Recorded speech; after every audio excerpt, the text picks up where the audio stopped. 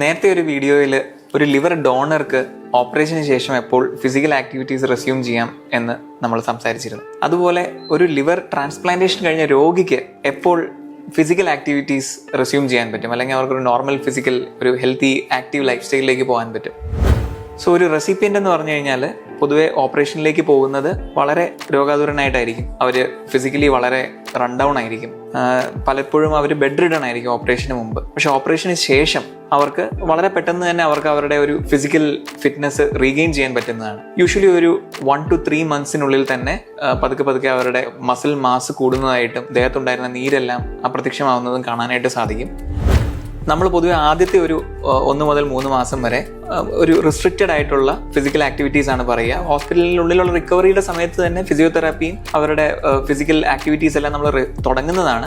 ആദ്യമൊക്കെ വളരെ law intensity ആയിട്ടുള്ള നടക്കുക, അല്ലെങ്കിൽ ചെറിയ രീതിയിലുള്ള ഫിസിക്കൽ എക്സസൈസ് ചെയ്യുക എന്നൊക്കെ ഉള്ളത് ഹോസ്പിറ്റലിനുള്ളിൽ തന്നെ വെച്ച് നമ്മൾ പ്രൊമോട്ട് ചെയ്യുന്ന കാര്യങ്ങളാണ്. ഹോസ്പിറ്റലിൽ വിട്ട് കഴിഞ്ഞാൽ ആദ്യത്തെ ഒരു 1 മുതൽ 3 മാസം വരെ കുറച്ച് റിസ്ട്രിക്റ്റഡ് ആയിട്ടുള്ള സോഷ്യൽ ഇന്ററാക്ഷൻസ് ആയിരിക്കും അവർക്ക് അഭികാമ്യം. കാരണം ഇത് കഴിഞ്ഞിട്ടുള്ള ഇമ്മ്യൂണോ സപ്രസൻ മരുന്നുകളുടെയും മറ്റും ഉപയോഗിക്കുന്നതിനാൽ അവർക്ക് ഇൻഫെക്ഷനുകൾ പിടിപെടാനുള്ള സാധ്യത കൂടുതലാണ്. അപ്പോൾ ആ ഒരു പീരീഡ് കഴിഞ്ഞാൽ അപ്പോഴത്തേക്ക് നമ്മൾ ഈ ഇമ്മ്യൂണോ സപ്രസൻ മരുന്നുകളുടെയൊക്കെ ഡോസുകൾ പതിയെ കുറച്ചുകൊണ്ട് വരാൻ സാധിക്കും. ആ ഒരു ആദ്യത്തെ ഒരു 3 മുതൽ 6 മാസത്തിന് ശേഷം അവർക്ക് വളരെ ചെറിയ ഡോസിലുള്ള 1-2 ഇമ്മ്യൂണോ സപ്രസൻ മരുന്നുകൾ മാത്രമേ കണ്ടിന്യൂ ചെയ്യേണ്ടി വരാറുള്ളൂ.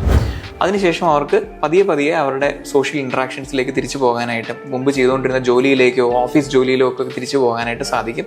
ചെറിയ പ്രിക്കോഷൻസ് അവർക്ക് ആജീവനാന്തം എടുക്കേണ്ടി വരും. കഴിയുന്നതും പബ്ലിക് സ്പേസസിൽ പോകുമ്പോഴത്തേക്ക് മാസ്ക് ഉപയോഗിക്കേണ്ടി വരും.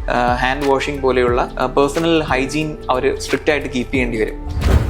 അതുപോലെ ഫിസിക്കൽ എക്സസൈസ്, ഈ ഒരു ആദ്യത്തെ സമയത്തുള്ള റിസ്ട്രിക്റ്റഡ് ഫിസിക്കൽ ആക്ടിവിറ്റിക്ക് ശേഷം ഒരു 3 മാസത്തിന് ശേഷം അവരുടെ ആരോഗ്യം വീണ്ടെടുക്കുന്നതിനോടൊത്ത് അവർക്ക് ഹെൽത്തി ആയിട്ടുള്ള ജിം വർക്കൗട്ട്സിലേക്കും, ആദ്യമൊക്കെ ചിലപ്പോൾ നമ്മൾ പറയാറ് കുറച്ച് കോർ വർക്കൗട്ടുകൾ, പ്ലാങ്ക് പോലത്തെ കോർ വർക്കൗട്ടൊക്കെ സ്റ്റാർട്ട് ചെയ്യാനായിട്ടായിരിക്കും. അത് കഴിഞ്ഞിട്ട് പതിയെ അവർക്ക് കുറച്ചുകൂടെ റിഗറസ് ആയിട്ടുള്ള ആക്ടിവിറ്റിയിലേക്ക് പോകാൻ സാധിക്കും. പലർക്കും അറിയാൻ മേലാത്തൊരു കാര്യം എന്ന് പറഞ്ഞു കഴിഞ്ഞാൽ there is something called transplant games that happens on an international basis every year. So അതിന് നമ്മളുടെ ഇവിടെ ട്രാൻസ്പ്ലാന്റ് കഴിഞ്ഞ രോഗികൾ പോയി സൈക്ലിങ്ങിലും അതുപോലെ വെയിറ്റ് ലിഫ്റ്റിംഗിലും വരെ മെഡൽ വാങ്ങിച്ചിട്ടുള്ള അത്ലീറ്റ്സ് ഉണ്ട് നമ്മളുടെ ട്രാൻസ്പ്ലാന്റ് കഴിഞ്ഞ രോഗികളുടെ കൂട്ടത്തിൽ. സോ ട്രാൻസ്പ്ലാന്റിന് ശേഷം അവരുടെ ഫുൾ റിക്കവറിക്ക് ശേഷം they can resume all kinds of physical activities that their body can permit and their age can permit. So there is no limit to where a transplant patient can go after their recovery.